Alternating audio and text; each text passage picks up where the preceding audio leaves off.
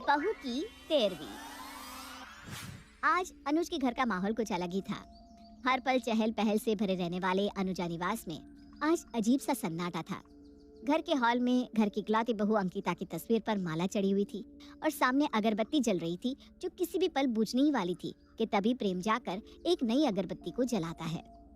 वो तो जा चुकी है बेटा, तो एक और अगरबत्ती क्यों बर्बाद करना। जितना मैं अंकिता को जानती थी उसे ये बेकार का नुकसान पसंद नहीं आएगा, और ऐसे भी उसे धुएं से तो एलर्जी भी थी। रहने दे। ये क्या बोल रही हो मम्मी? अब तो तुम्हारी कंजूसी से बाज आ जाओ मम्मी। आज तुम्हारी बहू की तेरहवीं है, आज उसकी फोटो पर भी फूलों का हार चढ़ाने नहीं दिया। बेचारी मेरी अंकिता प्लास्टिक के माले को पहन कर बैठी हुई है। बताइए भाभी जी, मुझे बोल रहा है कि असली फूलों की माला नहीं पहनाई फोटो पर। अरे भाई, रोज रोज माला बदलने से अच्छा है सीधा एक ही बार में प्लास्टिक की माला पहना दो। कम से कम फोटो पर हमेशा एक माला तो रहेगी। अरे कोई सस्ती आती है क्या प्लास्टिक की माला? 120 रुपए की पड़ी है। ऊपर से इस फोटो को निकलवा कर प्रिंट कराया, उसका अलग खर्च। देख कर लगता है क्या कि बहू नहीं रही? पर अनुजा जी, अंकिता को अचानक हुआ क्या? अंकिता कंजूस औरतें तो आपने कई देखी होंगी, पर अनुजा जैसी कंजूस औरत देखने के लिए कम से कम आपको 100 बार और जन्म लेना होगा, क्योंकि ऐसी औरतें हर 100 साल में एक बार ही जन्म लेती हैं। अब आप सोच रहे होंगे कि 100 साल ज्यादा नहीं होंगे? अरे भाई, अब कंजूसी से इतने पैसे कोई बचाएगा तो उन पैसों को स्वर्ग में बैठकर इस्तेमाल करने में 100 साल तो लग ही जाएंगे, है ना? तो चलिए आपको ले चलते हैं अनुजा के पास, जो अभी भी कहीं बाजार में कंजूसी ही कर रही होगी। 2 पीस नींबू लिया है तुझसे, और तू 7 मिर्ची देने में जन प्राण त्याग रहा है, हैं? क्या बोल रही हो चाची, मजाक है क्या? 2 नींबू आते हैं 10 रुपए के, और 40 रुपए की तो 100 ग्राम मिर्ची आती है। 100 ग्राम में चढ़ती कितनी मिर्ची है? 10 रुपए का सामान लेकर 15 रुपए की मिर्ची मांग रही हो तुम। अरे बोलने के पहले जरा सोच तो लिया करो। अरे चल चल, ये गणित मुझे मत सिखा। अकेले समझकर मुझे ठग रहा है। रुक, अभी तेरी अकल ठिकाने लगाती हूँ। देख रहे हो भैया, मुफ्त की मिर्ची भी नहीं दे रहा। अरे 4-5 मिर्ची दे ही देगा तो क्या चला जाएगा इसका? क्यों रे श्याम, क्यों 2-4 मिर्ची के लिए जान दे रहा है? दे दे, अब इतना सामान लिया है बहन जी ने तो। जरा सा धनिया पत्ता और मिर्ची देने में तेरा क्या ही चला जाएगा? इतना सामान? अरे ये थैलिया वाला सामान मुझसे नहीं लिया इन्होंने। मुझसे तो उन्होंने बस 2 नींबू लिए हैं, वो भी कह रही है कि 8 के 2 दे दो। अरे कहाँ से दे दो भाई? उसमें भी इनको मुफ्त में मिर्ची चाहिए। मैं जानता हूँ इनकी हरकतों को अच्छे से। 7 मिर्ची इसलिए मांग रही है क्योंकि कल शनिवार है ना, एक नींबू में 7 मिर्ची लगाकर दरवाजे में टांगना होगा, और वो मिर्ची भी ये खरीदना नहीं चाहती। अब इतनी कंजूसी करके कहाँ जाएंगी चाची आप? ये क्या मजाक है? सुबह सुबह मेरा समय बर्बाद कर दिया। 2 मिर्ची लेकर आप इस गरीब सब्जी वाले से बहस तो इस तरह कर रही है जैसे आपने 2 लाख की सब्जी ले ली हो। अरे ठीक है श्याम, तू नहीं दे रहा है ना मुझे मिर्ची, कोई बात नहीं, मुझे भी नहीं चाहिए तेरे नींबू। ले रख, सवेरे सवेरे ग्राहक का मूड खराब कर देता है। अब तो देखना, दिन भर ना एक फूटी कोड़ी की बिक्री नहीं होगी तेरी। और ये कहकर अनुजा आगे बढ़ जाती है। सवेरे सवेरे अपनी गृहस्थी को लेकर ऐसी बातें सुनकर श्याम घबरा जाता है और अनुजा को रोकते हुए कहता है, अरे रुको रुको चाची, सुबह सुबह गल्ले पर बैठा हूँ, ऐसी बातें तो भूल कर मत जाओ। लो रखो, 7 क्या 10 मिर्ची रखो, और ये लो 2 नींबू मेरी तरफ से मुफ्त में। और इस तरह कभी किसी सब्जी वाले से तो कभी किसी सब्जी वाले से आनाकानी कर अनुजा मुफ्त में सब्जियां लेकर अपने घर को निकल जाती है। ले बहू, ये थैली पकड़। सब्जियां तो भाई सोने के भाव बिक रही है बाहर। देख समझ कर सब्जी बनाना, हफ्ते भर की सब्जियां ला दी है मैंने। ये 5 आलू और ये 10 मिर्ची, ये 1 प्याज, इसे हफ्ते भर की सब्जियां कहती हैं आप? मम्मी जी, ये तो लगता है कोई सब्जी वाला अपनी सब्जियां लपेटते हुए 2-4 सब्जियां गलती से गिरा गया जो आप उठा कर ले आई। अरे तू ले तो आई ना, तू ज्यादा दिमाग मत लगा। वैसे भी इस हफ्ते बहुत सारी शादियों में जाना है, फिर कीर्तन भी है, और वो बगल वाले राम जी, उनकी तबीयत ना मुझे कुछ खास ठीक नहीं लग रही। 1 हफ्ते से तो अस्पताल में है। आज उनसे जब मिलने जाऊंगी तो उनके पास जो रखा हुआ सूप रहेगा ना वही पी लूंगी। मेरा तो दोपहर का खाना ऐसे ही निकल जाएगा। और मान ले भगवान ना करे उन्हें कुछ हो गया तो उनकी 13वीं पर भोज का इंतजाम भी तो रहेगा ना। ओ मम्मी जी, कैसी बातें कर रही हैं आप? मुझे ही ऐसी सास तुम्हें देनी थी भगवान। घर में इतना पैसा है पर सारी संपत्ति पर ताला लगाकर सांप की तरह उस पर कुंडली मारकर बैठी रहती है, और 1-2 रुपए के लिए इस तरह से करती है। अपनी किस्मत को कोसती हुई अंकिता किचन में जाकर नाश्ता बनाने की तैयारी करने लगती है। घी तो खत्म हो गया, अच्छा, जो डब्बा कमरे में छिपा कर रखा है उसे ही निकाल कर ले आती हूँ। अंकिता अपने कमरे में जाकर घी का डब्बा अपनी साड़ी के पल्लू में छिपाकर किचन में लेकर जा रही थी कि तभी अनुजा वहां जाती है। बाप रे बाप, अब तो घी का डिब्बा भी छिपाने लग गए बहू। तो क्या करूं मम्मी जी, आप तो रोटियों में घी तक लगाने नहीं देती, और ये डिब्बा मैंने अपने मायके के पैसों से मंगवाया है। कितनी बार तुझे समझाया है कि इस घर में ये बेकार के फिजूल खर्चे नहीं चलेंगे। पहले घी खाओ और उसके बाद बीमार पड़ो और फिर डॉक्टर का खर्चा लगाओ, हैं? तो क्यों खाना तेल घी? आप तो सोचती है कि मैं पानी में ही सब्जी बना दूंगी मम्मी जी, ऐसा नहीं होता। ऐसे तो हम सबको कमजोरी आ जाएगी। अरे कैसे आ जाएगी कमजोरी? अभी 2 दिन बाद मिश्रा जी के घर पर शादी है, उसमें भी तो जाना है। दबा कर मीठा नमकीन सब खा लेना, उसी को पचने में 4 दिन लग जाएंगे और उसके बाद फिर एक फंक्शन में जाना है। तो मेंटेन होता रहेगा ना बहू। रोज इतना मसालेदार खाएंगे तो हम ही बीमार पड़ेंगे। ला, ये घी का डब्बा मुझे दे दे, मैं इसे अलमारी में रख देती हूँ, किसी शादी त्योहार में निकालेंगे। अभी तो होली भी आने वाली है। लीजिए मम्मी जी, और इस घी के डिब्बे का ना स्मारक बना दीजिए। 2 दिन बाद दोपहर के वक्त सज धज कर अनुजा अपने कमरे से बाहर आती है, जिसे देखते ही रमेश लाल कहते हैं, वाह अनुजा जी, आज तो आपके चेहरे पर अलग ही रौनक दिखाई दे रही है। कोई खास बात है क्या? हाँ जी बिल्कुल होगी, आज मिश्रा जी के यहाँ शादी है, भूल गए क्या आप? शादी तो रात की है ना अनुजा जी, कार्ड पर तो 8 बजे का लिखा है कि नहीं बहू? जरा देखना तो। 8 नहीं पापा जी, 8:30। लो, फिर आप 3 बजे ही क्यों तैयार हो गई? अरे मेरे सीधे साधे पति, कार्ड पर 8:30 बजे का टाइम लिखा है तो क्या हो गया?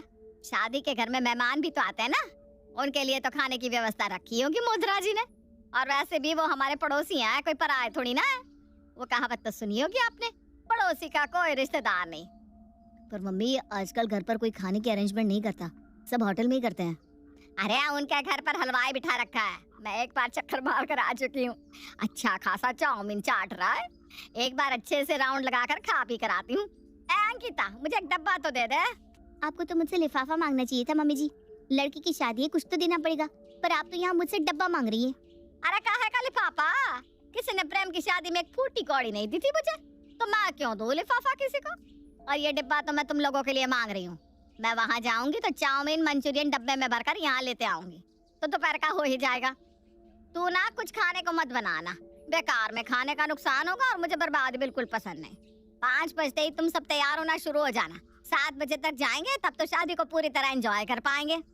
कभी कभी मुझे समझ में ही नहीं आता अनुजा जी कि मैं आपको ब्याह कर लाया था या किसी जंग में हारने के बाद मुझे आपसे सम्मानित किया गया था। क्या क्या कहा? कुछ नहीं, आप जाइए, चाउमीन मंचूरियन खाइए, वरना कहीं खाना खत्म ना हो जाए। अनुजा खाली डब्बा लिए मिश्रा जी के घर पहुंच जाती है और चाउमीन मंचूरियन को डब्बे में भरकर अपने पर्स में रख लेती है। बाप रे बाप, ऐसी कंजूस औरत मैंने अपनी जिंदगी में आज तक नहीं देखी। मेन मार्केट में 2-2 बिल्डिंग है इसकी, फिर भी दूसरों की शादियों में डिब्बे भरती चलती है। वो तो रमेश लाल जी का मार्केट में अच्छा नाम है, वरना ऐसी औरत को कोई अपने घर में भी ना चढ़ने दे। और ये तो फिर भी शादी की बात है, वो राम जी की तबीयत कुछ खराब चल रही है ना, तो ये अनुजा उन्हें अस्पताल में देखने के बहाने जाती है और उनके लिए नर्स जो सूप लेकर आती है ना, वो सारा सूप ये पी जाती हैं। अब बताओ। अनुजा ने कंजूसी की हद पार कर दी थी, वो आए दिन अपनी कंजूसी की हद को बढ़ाई जा रही थी। एक दिन अंकिता अपनी सास से कहती है, मम्मी जी ठंड खत्म होने को आ गई है, अब गाजर भी सस्ते हो गए, तो मैं गाजर का हलवा बना दूं? अरे बहू, वो शीतला माँ के मंदिर में आज प्रसाद बटेगा, शुक्रवार है ना, वहीं जाकर मीठा खा ले। अरे क्यों बेकार में खर्चा करवा रही है? और नमकीन खाना हो तो मम्मी जी? अरे तो रुक जा, शनिवार को शनि मंदिर से खिचड़ी ले आना। अच्छा बाबा, ये सभी का अच्छा नॉलेज है आपको। अपनी सास की बात सुनकर अंकिता पलट कर आगे बढ़ जाती है। अब देखिए मम्मी जी, आपकी ये कंजूसी इस बात को कहाँ तक लेकर जाती है। 2-3 दिन बाद, मम्मी जी याद है एक बार विमला आंटी हमारे घर वैष्णो देवी का प्रसाद लेकर आई थी, कितना स्वादिष्ट लगा था वो प्रसाद। वैसी पुड़िया मिल जाए ना तो मजा आ जाए, और वो हलवा, पर वैसा कुछ हम घर पर तो बना नहीं सकते ना, खर्चा हो जाएगा। प्रसाद खाना है ना, यहाँ अगल बगल जाकर पूछ, कोई ना कोई तो वैष्णो देवी से होकर आया ही होगा, उनसे मांग कर ले आ प्रसाद। और अंकिता प्रसाद की तलाश में निकल जाती है। सुबह से शाम और शाम से रात हो जाती है, पर अंकिता घर लौटती ही नहीं। रात को जब प्रेम और रमेश लाल घर आते हैं तो अंकिता को घर में ना पाकर अनुजा से पूछते हैं, मम्मी अंकिता कहाँ है? मैं सुबह से उसके नंबर पर फोन भी कर रहा हूँ, उसका तो फोन भी नहीं लग रहा। अरे मुझे क्या पता बेटा, वो तो सुबह प्रसाद लेने निकली थी, अभी तक लौटी नहीं। एक बार बहू के मायके भी फोन करके पता कर लो, हो सकता है अपने मायके गई हो। बताओ, गई होगी फ्लाइट से, एक और नया खर्चा। ये लड़की ना हद है भाई। पूछ लिया मैंने पापा, वो अपने मायके नहीं गई है। प्रेम फौरन घर से बाहर निकलता है और इधर उधर अंकिता की तलाश करने लगता है। वो सबसे पहले अपने पड़ोसियों को जाकर उसके बारे में पूछता है। हाँ बेटा, अंकिता सुबह मेरे घर तो आई थी, पूछ रही थी कहीं वैष्णो देवी का प्रसाद मिलेगा क्या। मैंने बोला बेटा आजकल तो ऑनलाइन भी प्रसाद मिल जाता है, पर उसने कहा कि मम्मी जी ने पैसे खर्च करने को मना किया है, कहीं से मांग कर लिया ऐसा कहा है। मेरे मना करने पर वो आगे किसी और घर में प्रसाद मांगने चली गई होगी। प्रेम आगे जाता है और दूसरे घर में पता करता है और वहाँ भी उसे कुछ ऐसा ही जवाब मिलता है। पूरी रात प्रेम यहाँ से वहाँ अंकिता को ढूंढता रहता है, पर उसे बस एक नए घर का पता मिलता है, अंकिता नहीं। थक हार कर वो अपने घर लौट आता है। और भेजे आप अंकिता को प्रसाद मांगने। कब आपकी ये आदत बदलेगी मम्मी जी, कब? आज आपकी इस कंजूसी के कारण न जाने वो कहाँ चली गई, पता नहीं किस हाल में होगी वो। कहीं बहू को कुछ हो तो नहीं गया?